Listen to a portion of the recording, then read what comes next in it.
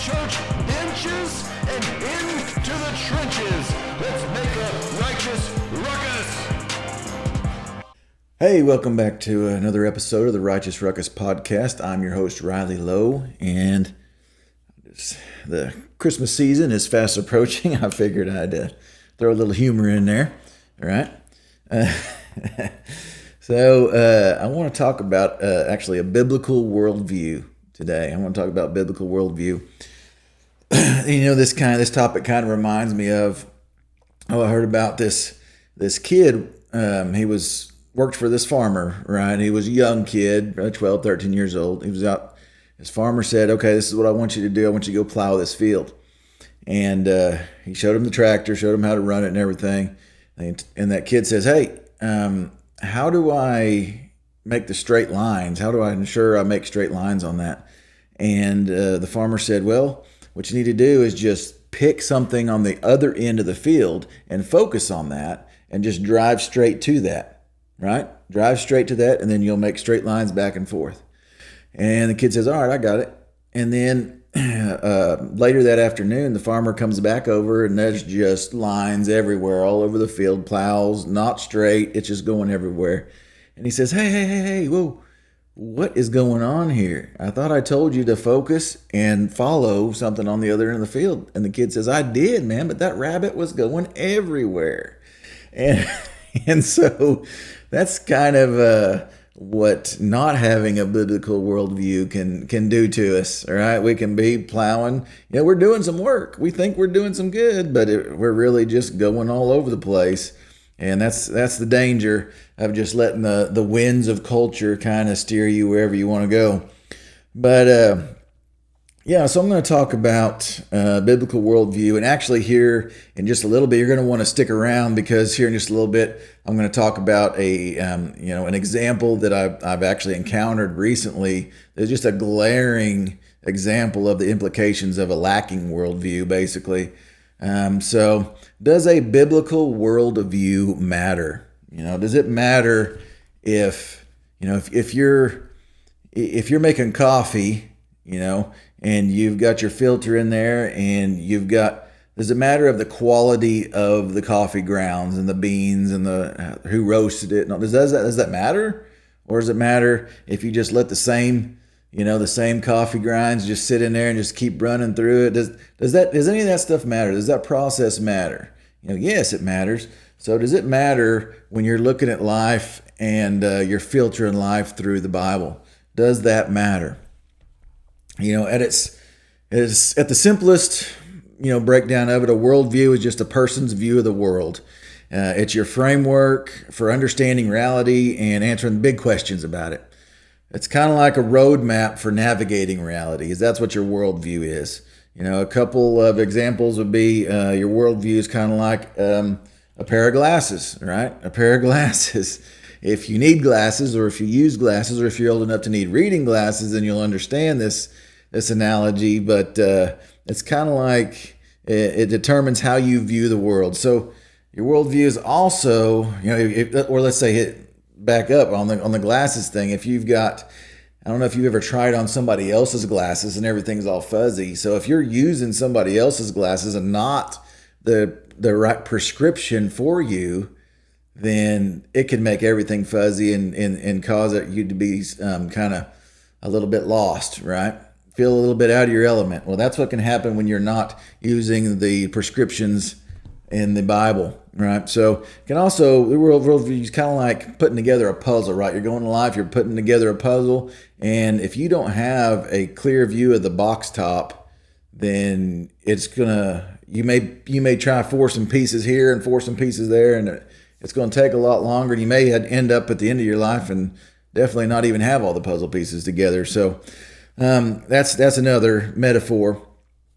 So really, the Christian worldview is, you can kind of break it down. This is simplistic here, but you can kind of break it down into like some questions like, where do we come from? Who are we? What's our purpose? What is our core problem, right? How is the problem solved? How should we live? What happens when we die? That's a simplistic breakdown of the biblical worldview, some questions there. And of course, there's other worldviews. The Christian worldview fits into theism, right? Which is there is one God who created everything. You got the antithesis of that, atheism, which is that there is no God. And you got pantheism, which is basically everything is God. And then you go, there's even more. There's panentheism. God is an eternal process of growing and becoming. And that's kind of like, oh, you're going to reach a state of nirvana, right? And you got deism, which basically says God created everything and then he stepped back. Kind of like winding up a toy car and you just let it loose and wherever it goes, it goes. And then you got polytheism, which is like the Greeks and the Romans, where there's gods all over the place. And actually that kind of somewhat applies, to like, the Hinduism and that sort of thing. But the Christian worldview fit it in theism. But does it even matter if to have a biblical worldview? My answer is yes, it does. Because if the teachings of the Bible are true, then it absolutely matters whether you allow those beliefs to affect the way you view the world. So, and a lot of times in our culture, actually our pastor Paul Blair, they do Liberty Pastors, these conferences where pastors go to kind of basically learn how to teach a biblical worldview in this culture because it's just been so corrupted. And one of the questions he's always says that he starts off these seminars with is, what part of your life is Jesus not the Lord over, right? Well, the answer is he's the Lord over all your life, but yet we don't treat him like that, right? We don't treat him like that. We like to put Jesus over in the corner when we go to work or when we go do extracurricular activities. And then on Sunday, we'll break out Jesus and say, okay, Jesus, here we go. We're with you today. This is the Lord's day, right? Although he created every single day, we like to relegate it one day as the Lord's day, right? And that's definitely not a good biblical worldview and not a good practice of a biblical worldview at all. And so when you start breaking that down and even getting away from a biblical worldview or not even having that biblical worldview to begin with, it can run into all sorts of problems. So let's just look at what like a biblical worldview. I mentioned those questions, right? Where do we come from? Well, we're created by God. We're created in the image of God. Who are we? We are the creatures made in God's image. That's who we are, right? What is our purpose? Well, God created us to know and follow him as we fill the earth and reign over it as the managers that he's put in charge, right? And what's our core problem? Well, we fall short of God's glory because we pridefully resist his authority as a threat to our own well-being. Basically, sin is the problem, okay? And when you break it down, most objections to Christianity, really sin is the root of those. Most people they don't want to give up their own autonomy, or they think that they're going to have to give up their own desires in order to do this. And to a point you do. But the reality is your desires, when you follow Jesus, will continually become more like Jesus's desires for you, right? And so how is this problem solved? Well, we turn from our self-centered ways and trust and give our allegiance to Jesus, the Messiah, as our Savior, Lord, and King, and he forgives us, fills us with his Spirit, the Holy Spirit, and restores us to our original image. Now, the glorification, that restoration, spiritually happens, when you are saved, when you're justified. And then once we step into eternity, then we'll receive the physical, or the whatever you want to call it, our glorified bodies, and we'll have that experience. While we're here, there's still suffering that happens, but that's what we have to look forward to. So how should we live? This is where the biblical worldview comes in. We should live according to the way of Jesus, our Messiah, which can be summarized as loving God and loving people as he teaches. All right. Now, of course, love has been completely taken hostage and transformed into some other thing, which basically is the equivalent of approval now, that'll follow in with my example here in a minute, but it's just nuts how that's been hijacked. So what happens when we die? We are either with the Lord or apart from him for eternity based on our relationship with Jesus through faith in him and his gospel. All right, so that's basically a breakdown of the biblical worldview. So here is the example that I mentioned earlier. So my wife, she likes to listen to a lot of podcasts, a lot of psychology stuff. She's a psychologist, right? Now she's not in the loony end of that. There's a whole lot of people in the loony end of that are full blown doing whatever and basically leading people astray.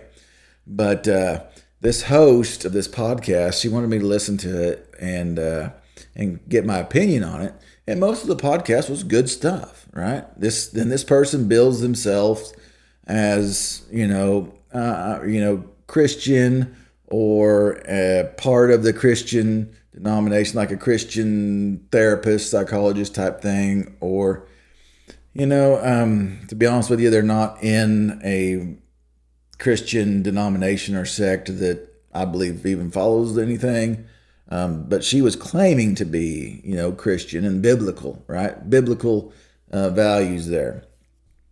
And her name was Dr. Jennifer.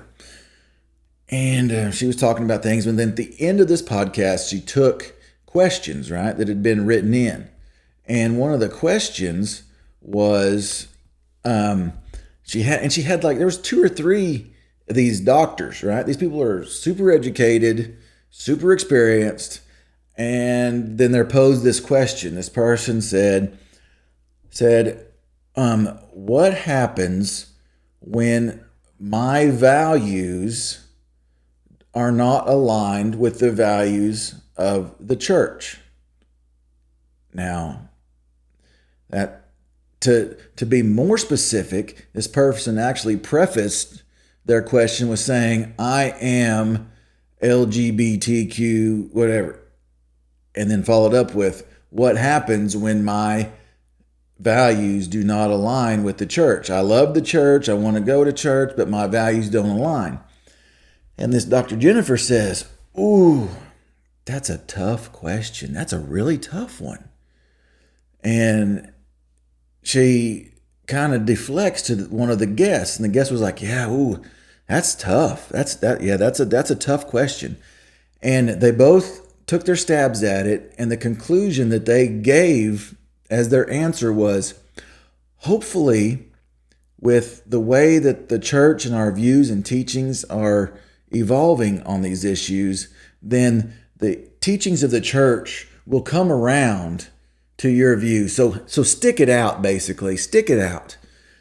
And it blew my mind, because this is the thing, whenever she said, ooh, that's a tough question, I don't have a doctorate's degree, and I know that's a super easy question. What happens when my desires and my values conflict with the values of the Bible? Simple. Go with the Bible. Go with the Bible. It's not rocket science. Okay? You don't have to have a doctorate's degree to figure that deal out. But that is the implications of not having a solid biblical worldview. Okay? You will be swayed by so imagine if we rephrase that question, right? Because the sin that person was dealing with and battling with is just one of numerous sins. Imagine if somebody come in and said, Dr. Jennifer, I'm battling with my addiction to having extramarital affairs, and I just cannot shake this. But I think it's okay to go sleeping around with everybody, and even though I'm married. But what happens now that my values don't align with the church? Would her response still be the same? Oh, hopefully the church will come around and you say, hey, man, I just can't shake this deal. I killed my neighbor, I killed somebody down the street, and I just keep wanting to kill people. But I feel good when I do it because I'm a serial killer. So what should I do since my values don't align with the church? Oh, well, hopefully the church will come around and just start accepting murder as a good thing. Right? No, that's not. Sin is sin. And, what the Bible and what Jesus calls sin is still sin, right? If you cut your anchor rope and you're just drifting around in the ocean and you still got your sail up and you let the culture blow you wherever, it does. You're going to go away from the anchor of Jesus. You're going to drift away from that. And that's the clear implication. That example gives you that. I mean, that's just one example of a million, that I've heard over the years. But that was a recent example of something this person's got an audience of who knows how many people that are listening to that and going, oh yeah, hopefully the church comes around.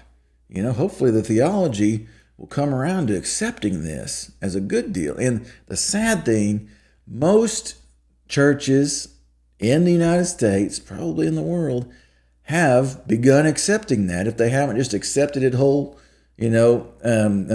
wholeheartedly anyway. There was George Barna had a survey done recently. I'm not sure if here's the statistics. This may be the most recent one. I'm thinking, and actually the number's a little high on this. It may not be. But anyway, he did a 54-question survey taken by 1,000 Christian pastors, right? Pastors of Christian churches. This is including senior, associate, teaching pastors, children's youth pastors, and executive pastors. And so just slightly more than a third, so 37%, according to this survey, have a biblical worldview. And the majority, 62%, possess a hybrid worldview, a syncretism. In other words, they're saying, well, we've got the Bible and what it says, and we've got the world. We just got to blend that stuff together, so we can put some more butts in the chairs, get our numbers up and seem more relevant to get people in here. No, that's not the approach, man. That's not the approach. But, so what is the implications of that? 62% at least are teaching something other than a solid biblical worldview. All right, so that's almost 2 out of 3 of a church that you see 3 churches. 2 of those are saying, yeah, sin's cool, whatever, but we just want to be loving and accepting and open here. And so the dangers of that are, if the preachers don't have a solid biblical worldview, then you can imagine what the congregation is doing. That's why we have to be an Acts 17:11 Christian, which that's where Paul actually says to the Bereans, he says, now the Berean Jews were of more noble character than those in Thessalonica, for they received the message with great eagerness and examined the scriptures every day to see if what Paul said was true. So you had these Bereans going, man, that sounds like good stuff. And then they go home and say, I don't know, let me look at these prophecies. Did Jesus really fulfill these? Yep, sure enough.